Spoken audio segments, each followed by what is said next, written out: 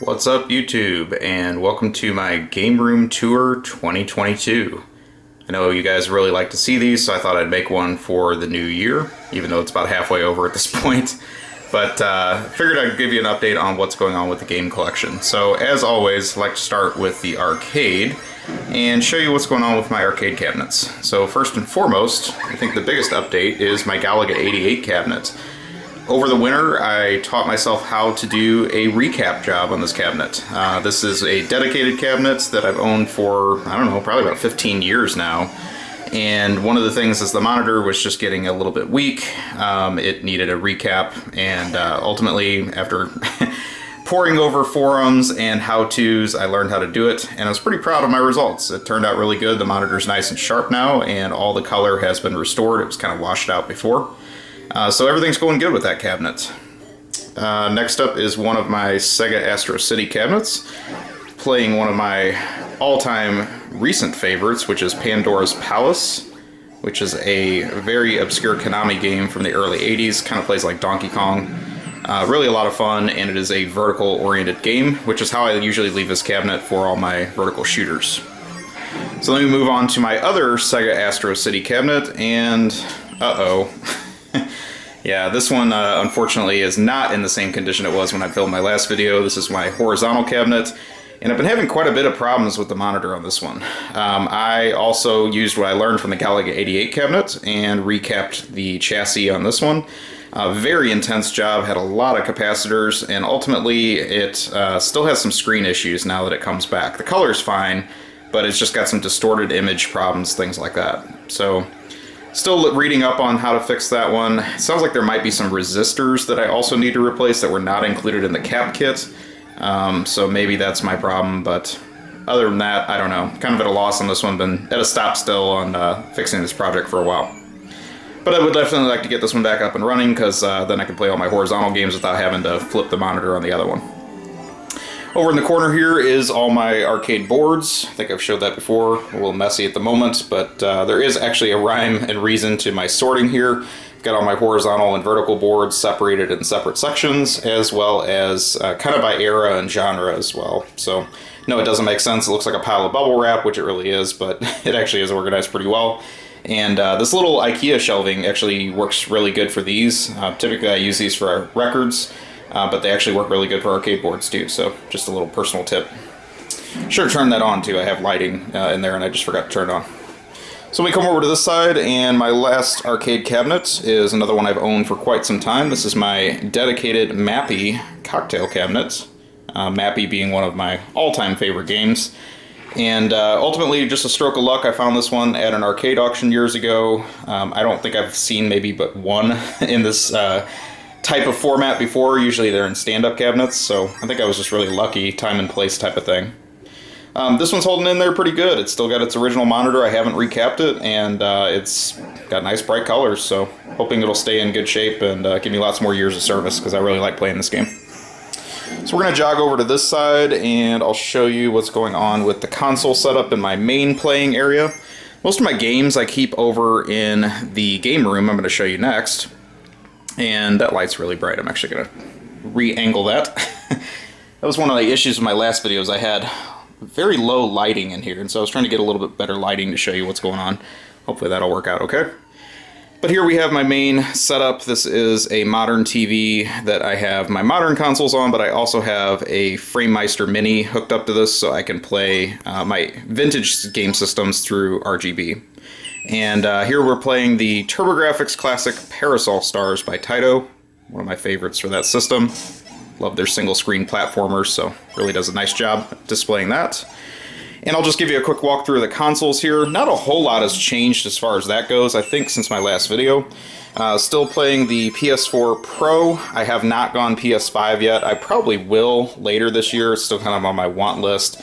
But I'm still really waiting for the software to catch my interest as far as things that I can't play on the PS4, and I don't really think I'm quite there yet. So this system has done very well over the years and has given me lots of hours of playtime. Really happy with that purchase. Right below that we have the Neo Geo CD-Z, which is the upgraded late model Neo Geo CD system. Really enjoy playing that and collecting games for it. We also have the Turbo Duo, which I've owned for a long time. That's what we're playing right now on, and that plays Turbo CD as well as Turbo chip cards, and it's region modded and RGB modded, so I can play Japanese HuCard games as well as the CDs that are natively playable. Right below that is my trusty Sega Dreamcast. I've owned that one a long time, and definitely a big Dreamcast fan. And right next to that is the JVC XI. A little bit hard to see because it's so dark, but it is a Genesis and Sega CD combo unit that just uses one power plug and actually works really well with this TV. I like how that works out in this setting here. Below that we have my Sega Saturn, a system I've owned for probably over 22, 23 years at this point. It's been a long time, but really enjoy that system, and I've got a large library for that I'm going to show you soon. And then next to that is my blue PS3 Super Slim, I guess they call these, the final iteration of them. I was a very late adopter of that system, but have definitely beefed up my PS3 library in the last year or so. So we'll come over to the other side on this. I think this receiver I had in my last video. If not, it's a modern Yamaha unit that I highly recommend. It's actually been really useful as I've hooked up a lot of systems to it. It's got a lot of versatility. We'll just show you in here. It's just a storage drawer, just a bunch of random controllers and memory cards and whatnot for all these systems. Nothing too exciting. Over here we have a RGB modded NES top loader that works good with the FrameMeister. We have my original Super Nintendo, GameCube with the Game Boy Advance adapter on it, also a system I bought brand new, and my Nintendo Wii.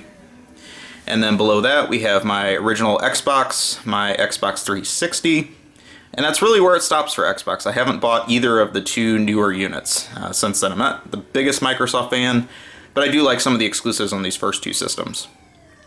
Also in here we have a fat PS2 as well as a fat Japanese PS2, and I use both of those to play my PS1 and PS2 libraries for both US and Japan, mainly on this TV. So let's give you kind of another overview here of how that is all set up. Again, I've got some vintage speakers in here, but they're actually hooked up to my turntable. They're not necessarily hooked up to this. But definitely enjoying my setup in here. It works pretty well. We're going to do a little jogging again and pass my CD collection, which you probably don't care about as much. And I'll just show you some boxes up here to kick off the hallway. And I've got system boxes for the Vita and PS4 Pro. Most of my portable systems are like spread out all over the house, so you're not going to really see those in the video, but I've got Vita, Neo Geo Pockets, various Game Boy iterations, DS's, stuff like that too. We've got my Samba de Amigo maracas, which is one of my all-time favorite games. I bought those new as well when it came out. And then below that is my full US Sega Dreamcast collection. So I don't really get to talk about Dreamcast much on my channel because I finished this collection 7-8 years ago. It's been a while, actually. And so I'm not really picking up much for it actively, maybe an import here or there, or like a demo. But ultimately, this collection's been complete for quite some time. I don't think I would attempt it today. The price of this stuff has gone crazy as compared to where it was, like I said, 7, 8, 9 years ago, but definitely got in at the right time. I bought a lot of these when they were new, obviously my favorites, but then bulked up the collection with just all the other stuff out there. Moving down the rack here, you see some Dreamcast imports. I've got a few, nothing crazy. Definitely not going for a full set of imports or anything like that. And then you see like demos and a little stack of memory cards there tucked over to the right.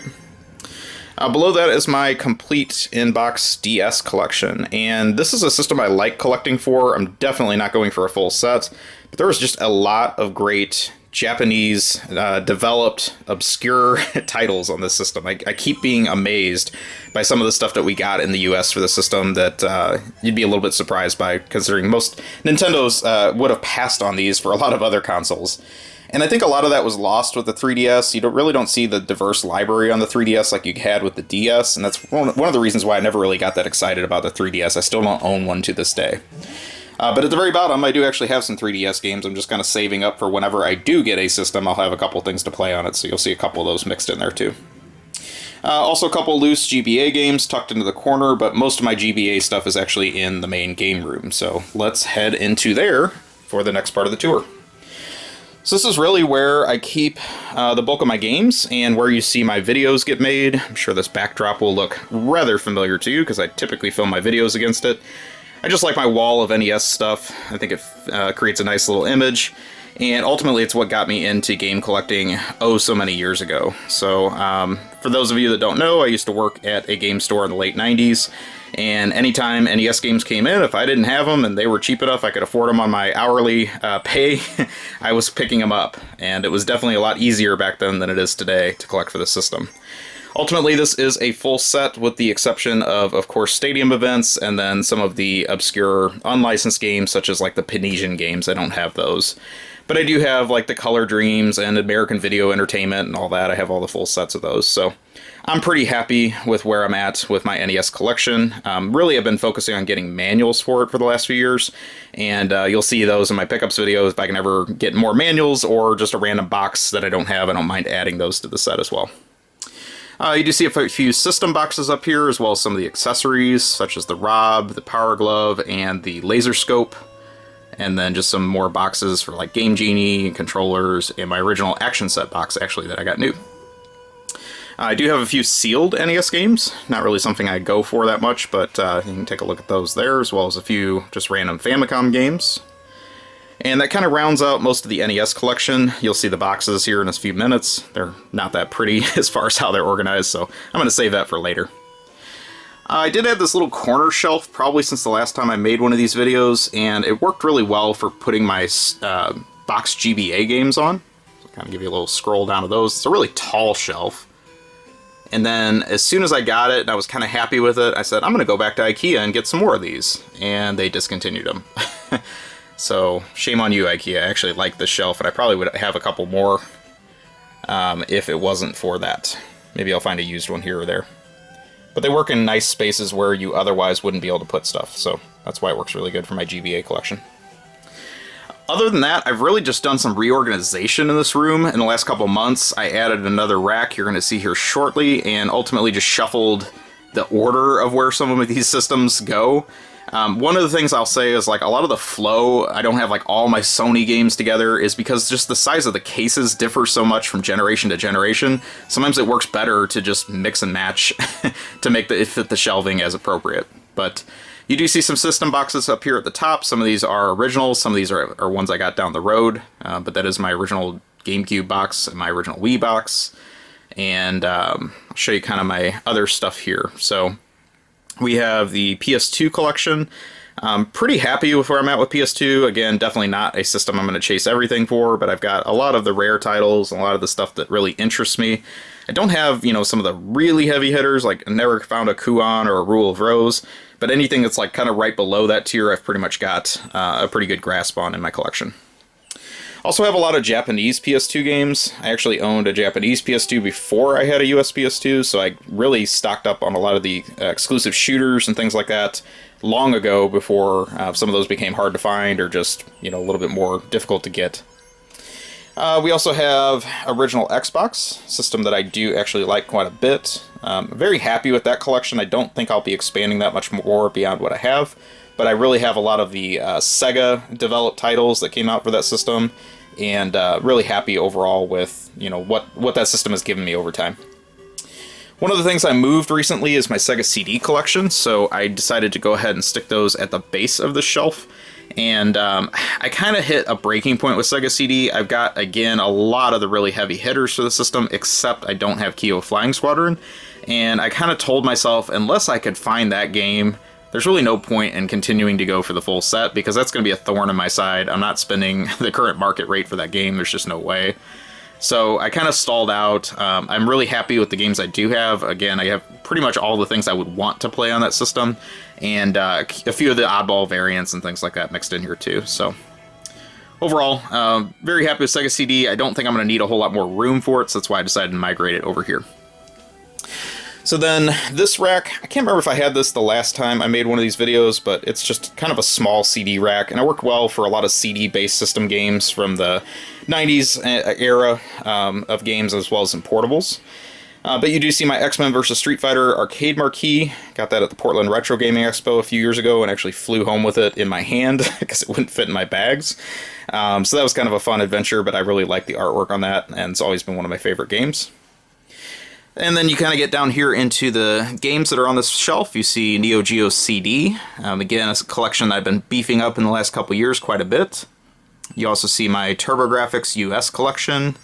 And then that moves into PC Engine releases. I've got a few PC Engine imports for CD and HuCard, as well as some loose HuCards that are just tucked away in those little white boxes. And then down here, we move into boxed original Game Boy and import GBA games. So the imports are separate from that other rack I showed you. These are all boxed original Game Boy games, and then below that is my boxed Game Boy Color games. Again, very happy with some of the games I have for both of those systems in the box, but I also have quite a few more that are just loose cartridges as well. So we'll move into my newest rack next. Over here in the corner, you can see just some of my big boxes. I do not collect collector's editions for a reason. I would run out of space very, very quick, especially with the pace that those are coming out today. But I do have a couple that just kind of resonate with me for various reasons there that you can see. And then you see a few of my portable systems just kind of stacked there to the corner. But this is my newest shelf. Again, just bought used, nothing special. One of those Craigslist finds. I've got PSP games here. They're kind of awkward to find shelf height for, I guess. They're just a weird shaped case. So it actually worked pretty good with this. Below that you got Vita, as well as some more PSP. And then probably one of my big prides of my collection, or at least major focuses, which is Neo Geo Pocket Color. I am 4 away from a complete US set. And it's not even a huge set, but believe me, this is probably one of the hardest collections I've ever tried to build. Harder than some of the other ones that you're even going to see full sets of. I don't know what it is, but they are very, very difficult to find complete in the box, and the last 4 have been incredibly challenging for me to get. So hopefully by the next time I do one of these, I will have finished that set. I'm looking to celebrate by making a large video about it, but until then, I'm still on the hunt, so wish me luck. Then you have my Saturn imports, as well as Mega CD or Sega CD imports. Just have a few of those. They kind of fit well in here just because they're CD size. And then I've got TurboGrafx games that I have in the outer big box. Just have a few of those. And then PS4, again, it just doesn't really have a good place to fit in chronology with any of my other racks. So PS4 stuff just kind of migrated down here. But that might not stay here forever. We'll see. So we'll move over here, and we're going to take a look at some more system boxes. Again, some of these I've had for a very long time, as well as some controller boxes and whatnot, other little decor. And then below that is another heavy hitter of my collection, which is my full US Sega Saturn collection. Kind of backing up here so you can take it all in. There we go. I think I got most of it in the frame. This was, again, a collection I built a few years ago. I think I probably finished it maybe 5 or 6 years ago. And would I do it again today? Absolutely not. These games have been incredibly hard to find in the wild these days, and the prices have shot absolutely through the roof. There were a few of these that I was even questioning my sanity at the time of spending the money on, but now I'm thankful I did because they have just gone crazy. I'm not looking to sell. I mean, again, I'm very happy that I finished this set. I think they look super cool on this wall. They're just the big cases and everything like that. They display well. And ultimately, there's some of my all-time favorite games on that system, so really enjoy my Sega Saturn collection. The other thing I'll say, though, before you get too excited, is there's like 75 sports games on that system. I mean, it's ridiculous. So as exciting as some of the releases are, there's also just a lot of sports game junk in here mixed in. Below that, we also have just kind of another one system that I didn't know where to put the games, so Xbox 360 hides down here.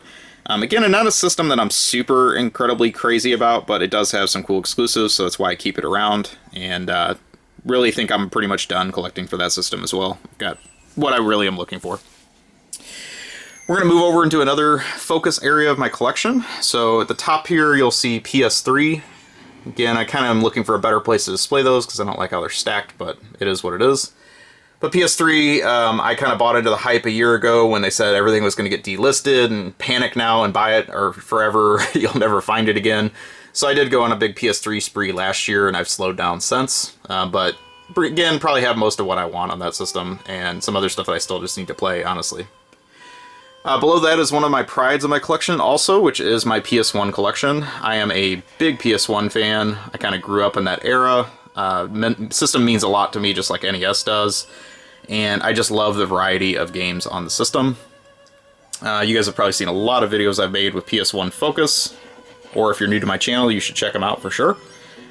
But again, I'm kind of at the point where, you know, other than doing something stupid like going for a full set, I'm pretty happy with what I have on my PS1 collection. So, you can kind of take a look at what all I've got. And then as we scroll down, you run into PS1 imports.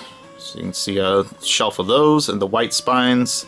And then at the bottom, I have all my big box titles. Again, I'm not going for the full big box set, but I do have pretty much all the cool exclusives or variants that I wanted to get. So maybe one or two others that I'd like to pick up, but other than that, I'm pretty happy with where I'm at on big box PS1. So we're going to jog again, and I'll show you this side of the room. These aren't much to look at, but in these boxes and album is my loose Game Boy and Game Boy Color collections. And I assure you they are actually pretty chock full of games. I was going for a full black and white Game Boy set, and I kind of backed off. I'm at a point where, again, I've got most of the high tier stuff, but I also am missing a couple of the really big ones, and then I just need like 200 more junk titles that I'm just not sure if I want. So I kind of paused on that one as well, just due to the conditions of the market, but for a while I was chasing the full set of original Game Boy. You also see some more system boxes up here. You see my Sega CDZ, Sega CDX, 32X, Sega Genesis, my original Xbox purchase from when I bought it new, and then the Gunslingers Deluxe set for the Wii. Below that is my Wii collection. I made a Wii collection video, and it was honestly one of my biggest dud videos ever. So maybe the system's time hasn't come yet. I don't know. I figured it would have some fans just because people like Nintendo stuff so much, but ultimately nobody cared. But I do think there is some cool stuff on the Wii, in amongst all the shovelware, so you can watch that video if you want to see my thoughts on some of the stuff that I have out there in my collection.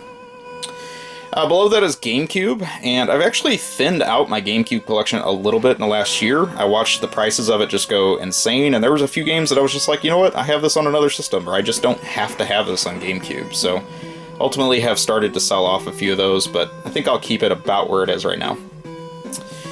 You also see my loose Game Gear collection, which is in all those plastic cases in the center. And then that goes into my Sega Master System collection. Another system that I really like to collect for. Not going for a full set or anything like that, but definitely is a lot of fun to get. And I have some of the cool Euro exclusives too. Go over here to this wall, and we have at the top more Game Gear. These are all my Complete in the Box titles. And again, definitely not going for a set, but I always like to find them whenever I can. Got Mega Man being a nice little shelf holder there, which helps. And we have my Sega Genesis collection below that. So these are all, at minimum, boxed, but some of them are, I would say the bulk of them are complete in the box. Some of them are still chasing for manuals, just because for some reason a lot of people threw out the Genesis manuals over the years. Built a few subsets with this. I have all the Renovation titles, I have all the Taito titles, probably a few other ones that I'm not even thinking about. But kind of very happy with my Genesis collection. Got a lot of the big titles in the system, and definitely a lot of fun. I didn't have a Genesis back in the day, but I've definitely been playing catch-up over the last couple decades, so got a lot of the good stuff that I've always wanted to play. Below that, you just have a sole 32X game complete in the box, but I do have a few loose 32X games that are in that stack, and then I also have some Japanese Mega Drive titles included in there as well. So then we'll look at another system setup, and this is my secondary setup. And it's kind of interesting. One of the videos I made on this a couple years ago has basically gone viral in the last couple weeks, and I've been getting a lot of people commenting on that old video. So kind of inspired me to make this. I was like, well, no, but there's more, you know, like watch this instead.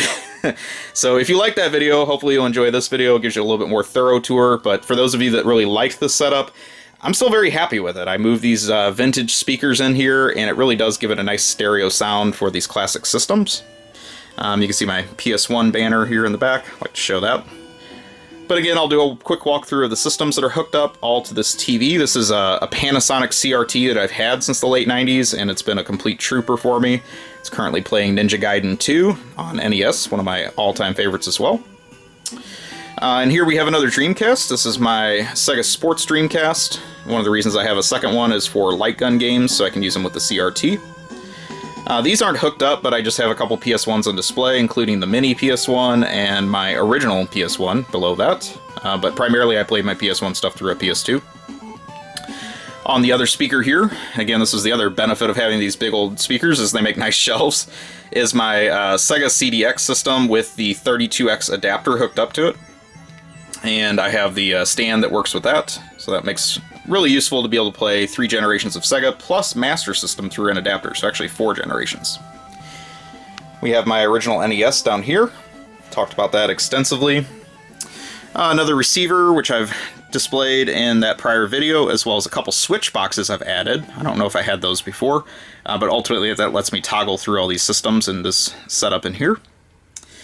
We have my Sega Master System, which I still use because I need it to use the 3D adapter, 3D glasses adapter that doesn't work through that other Sega CD. And then my white PC Engine, which I don't use a whole lot, but it's nice to have. I just think it's a cool looking system, doesn't take up much real estate. On this side we have my Super Nintendo Junior. Don't use that a whole lot either, but it's set up in here just in case. And then we have the N64. You guys have heard my feelings on that probably before, so we'll just move on. We have my Atari 2600, which is nice to play every once in a while, and then a Slim PS2. And again, I hooked that up in here probably since that last video, just to be able to play light gun games for PS1 and PS2, which has actually been quite a hobby over the last year. I've been playing a lot of those. Moving over to this side, we have a few more video game display materials. Again, stuff that I bought or got from the game store back in the day. So I've got my giant Parappa box there. Some original displays for Final Fantasy VII, as well as X-Men vs. Street Fighter. I got some joysticks here for Dreamcast, Saturn, and there's a PS1 one hiding back here with some gun cons. Kind of tucked away. In this cabinet is all my spare controllers for all the older systems. It's probably not beautiful right now, but it actually does a nice job of tucking them away. So you can see kind of everything from NES on up, where I keep all my spare and oddball controllers. And we'll shut that down. Oh, one system that I missed, I just got reminded by it by something else I saw, is on the other edge of this setup I have my Virtual Boy. So it actually works really well here because I can pull up a chair and just set there with the screen. It's all hooked up with the power and everything. It's actually a perfect spot for it. Over here in a corner we have Atari 2600 games. They're just kind of tucked in there. Haven't done a whole lot with those. I don't really have the full room to display those proper, but they got a spot. Alright, I got a lot of grief for this my last time, but you guys can load it on again. Here is my NES boxes, and these are actually pretty nicely displayed on this rack.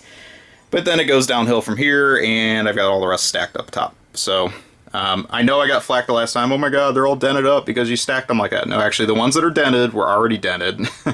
And everything else is actually holding there just fine. But it's kind of gotten bad because now they've overlapped along the ceiling here, and then there's some more spilling over to here. And it's not ideal, and I get it. But I haven't figured out any other space solutions for those yet, and I do like having them around, so... That is those. My Super Nintendo boxes are actually tucked away in a closet, and so you're not going to see those necessarily, but ultimately they take up a ton of room too. Got a couple more system boxes up here for some of the portables. We got my Sega Nomad, my Sega Game Gear. I've got a couple of those, as well as just, again, some more system and display boxes. See a Geo Pocket Color system box there, but my systems are actually upstairs. And then below that is my N64 collection, which is not huge, but... Those are all in the box for the most part, and I've got those all displayed there. And then below that is my Super Nintendo and Super Famicom collection. So I've been thinking about thinning this down again as well. Probably got about 300 carts, and again, I've got most of the really good stuff on the system, but there's a few that I just am not really playing, and the market prices on these just keep on going up, so I might sell some of the lesser titles, we'll see. For a while I was going for a full set of these, and then I just realized just how much shovelware is actually on that system. I decided I do not need a full set of a Super Nintendo, so I backed off from that plan. But that is pretty much everything that's going on with my game collection for 2022. This has turned into about a 30-minute video, so I apologize for that. I don't remember if I announced it at the beginning, but now is a good time as any. I recently passed the 1,000 subscribers mark, and I really want to give everyone a heartfelt thank you. This is a channel that has grown organically over many, many years. I've never really done anything crazy to increase view count or anything like that, so I just appreciate the word of mouth that's been spread over the years to help grow my channel. And hopefully you guys like this video. Please take a moment, like, comment, subscribe, let me know what you think, and I will talk to you soon. Have a great day or night, wherever you are.